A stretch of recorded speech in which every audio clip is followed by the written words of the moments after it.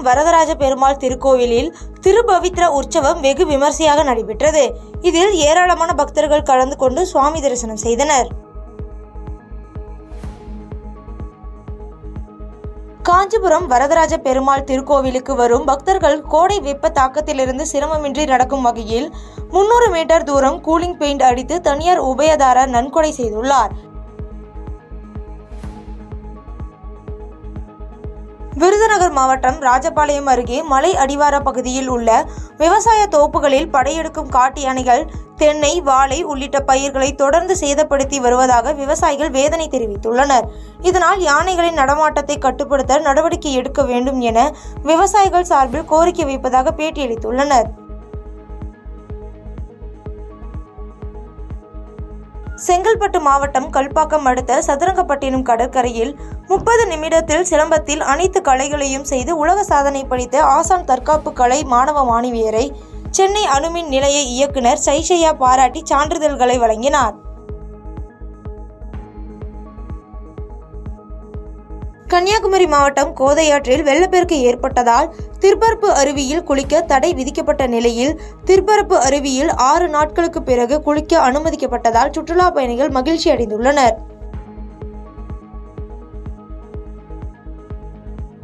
காஞ்சிபுரம் பிள்ளையார்பாளையம் மடம் தெரு பகுதியில் ரூபாய் 2.5 கோடி மதிப்பீட்டில் உருவாக்கப்பட்ட அறிஞர் அண்ணா பூங்கா மாநகராட்சியால் பராமரிப்பின்றி சேதமடைந்து வருகிறது. இதனை உடனடியாக அரசு அதிகாரிகள் கருத்தில் கொண்டு சீர் செய்ய வேண்டும் என பொதுமக்கள் கோரிக்கை வைத்துள்ளனர். திருவெற்றியூரில் ஜீரோ ஆக்சிடென்ட் டே விழிப்புணர்வு பிரச்சாரத்தை முன்னிட்டு நடைபெற்ற விளையாட்டுப் போட்டியில் நடிகர் சாய்தீனா கலந்து கொண்டு மாணவ மாணவிகளுக்கு பரிசுகளை வழங்கி சிறப்புரையாற்றினார். நீலகிரி மாவட்டம் குன்னூர் அருகே உள்ள சோலஸ் பகுதியைச் சேர்ந்த சுதீஷ் என்ற நபர் அந்தமான் நிக்கோபர் பெண்ணை 9 வருடம் காதலித்து திருமணம் செய்து கொண்டுள்ளார். கடல் தாண்டி காதல் செய்து திருமணம் செய்து கொண்ட தம்பதியினருக்கு வாழ்த்துக்கள் குவிந்து வருகின்றன. கள்ளக்குறிச்சி மாவட்டம் வானாபுர பகுதியில் தொடர் மழையால் கம்பு உள்ள பூக்கள் உதிர்ந்து மகசூல் குறைந்ததால் விவசாயிகள் கவலையடைந்துள்ளனர். இதனால் அரசு அதிகாரிகள் பயிர்களை நேரில் பார்வையிட்டு நிவாரணம் வழங்க வேண்டும் என அப்பகுதி விவசாயிகள் கோரிக்கை வைத்துள்ளனர். தமிழ்நாட்டில் சிறப்பாக செயல்படும் கூட்டுறவு விற்பனை சங்க பணிகளை நேரில் கள ஆய்வு மேற்கொண்ட மிசோரம் மாநில அதிகாரிகள் தமிழ்நாட்டை போல் மிசோரம் மாநிலத்தில் செயல்பட திட்டமிட்டுள்ளதாக தெரிவித்தனர். கடலூர் மாவட்டம் பண்ருட்டி அருகே நடுக்குப்பத்தை சேர்ந்த மறைந்த தேமுதிக தலைவர் விஜயகாந்த் பிறந்தநாள் விழாவை கொண்டாடுவதற்காக கொடிக்கம்பம் நடும்பொழுது தேமுதிக கிளை கழக துணை செயலாளர் வெங்கடேசன் மின்சாரம் தாக்கி உயிரிழந்தார். மேலும் 5 பேர் காயமடைந்த நிலையில் பண்ருட்டி அரசு மருத்துவமனையில் சிகிச்சைக்காக அனுமதிக்கப்பட்டுள்ளனர். இச்சம்பவம் குறித்து முத்தாண்டிக்குப்பம் போலீசார் வழக்கு பதிவு செய்து விசாரணை மேற்கொண்டு வரும் நிலையில் காட்சி கொடிக்கம்பம் நடும்பொழுது மின்சாரம் தாக்கி நிர்வாகி ஒருவர் உயிரிழந்த சம்பவம் அப்பகுதியில் பெரும் சோகத்தை ஏற்படுத்தியுள்ளது.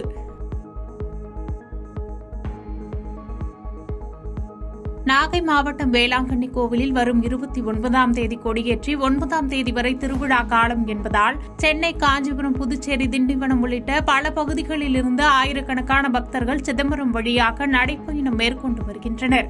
இந்த நிலையில் சிதம்பரம் மண்டிகேட் பகுதியைச் சார்ந்த சமூக ஆர்வலர் லீலாவதி மற்றும் அவரது கணவர் மற்றும் மகன் ஆகியோரின் ஒருங்கிணைப்பில் 3000த்திற்கும் மேற்பட்ட பக்தர்களுக்கு 4 வகையான உணவுகள் வீட்டில் தயார் செய்து பக்தர்களுக்கு வழங்கப்பட்டு வருவது பக்தர்களிடையே நெகிழ்ச்சியை ஏற்படுத்தியுள்ளது.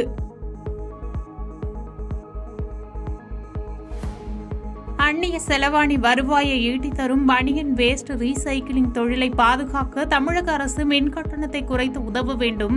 இயந்திரங்களை வாங்கும் முதலீட்டாளர்களுக்கு மத்திய, மாநில அரசுகள் சலுகைகளை அறிவிக்க வேண்டும் என்று திருப்பூரில் நடைபெற்ற தமிழ்நாடு பனியன் மற்றும் டெக்ஸ்டைல் வேஸ்ட் ரீசைக்கிளிங் அசோசியேஷன் கூட்டத்தில் தீர்மானம் நிறைவேற்றப்பட்டது.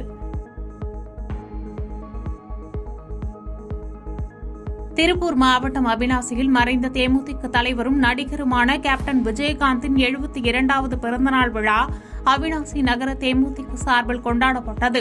அவிநாசி புதிய பேருந்து நிலைய வளாகத்தில் அமைக்கப்பட்டிருந்த கேப்டன் விஜயகாந்த் திருவுருவ படத்திற்கு திருப்பூர் வடக்கு மாவட்ட கழக செயலாளர் பிரசாத்குமார் மற்றும் கழக நிர்வாகிகள் மாலை அணிவித்து மலர்தூவி மரியாதை செலுத்தினர். பின்னர் அவிநாசி அரசு தலைமை மருத்துவமனையில் உள்நோயாளிகள் பிரிவில் பிரெட், பிஸ்கட் மற்றும் பழம் நிர்வாகிகளால் வழங்கப்பட்டது.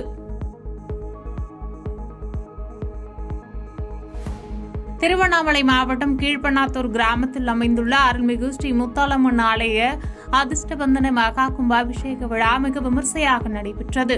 முன்னதாக மங்கள இசை, சிவாச்சாரியார்கள் வேதமந்திரங்கள் முழங்க யாகம் நடைபெற்றது. அதனைத் தொடர்ந்து கும்பாபிஷேகம் நடைபெற்று புனித நீர் பக்தர்கள் மீது தெளிக்கப்பட்டது.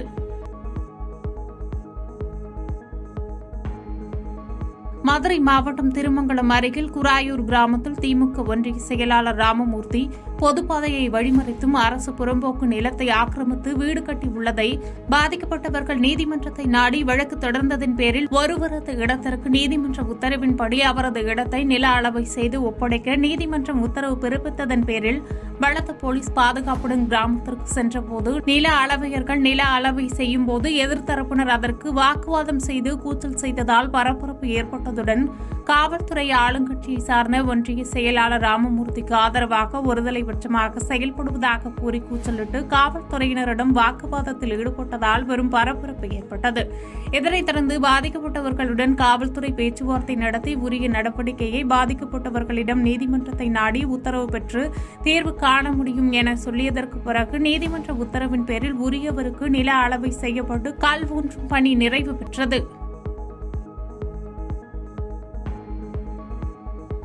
மக்கள் வசிக்கும் பகுதியின் அருகில் உள்ள உயிர் சூழலிடம், பண்பாடு, வரலாற்று தரவுகள் ஆகியவற்றை பொதுமக்கள் தெரிந்து கொள்ளும் வகையில் ஏற்றி அமைப்பு மற்றும் நெல்லை இயற்கை அமைப்பு சார்பில் நெல்லை மாவட்டம் ராஜவள்ளிபுரத்தில் பொதுமக்கள், சமூக ஆர்வலர்கள், குழந்தைகள் உயிர் சூழல் பண்பாட்டு தேடல் நடைப்பயணம் மேற்கொண்டனர். இந்த பயணத்தின் போது குளத்தில் உள்ள 20க்கும் மேற்பட்ட பறவை இனங்கள், குளக்கரையில் உள்ள மரங்கள், மூலிகை செடிகள், நத்தைகள், தட்டான்பூச்சி ஆகியவற்றை பார்வையிட்டதுடன் அவற்றின் வாழ்வியல் முறைகளையும் அவற்றின் நன்மைகள் ஆகியவற்றை துறை சார்ந்த ஆய்வாளர்கள், பேராசிரியர்கள் மூலம் அறிந்து கொண்டனர்.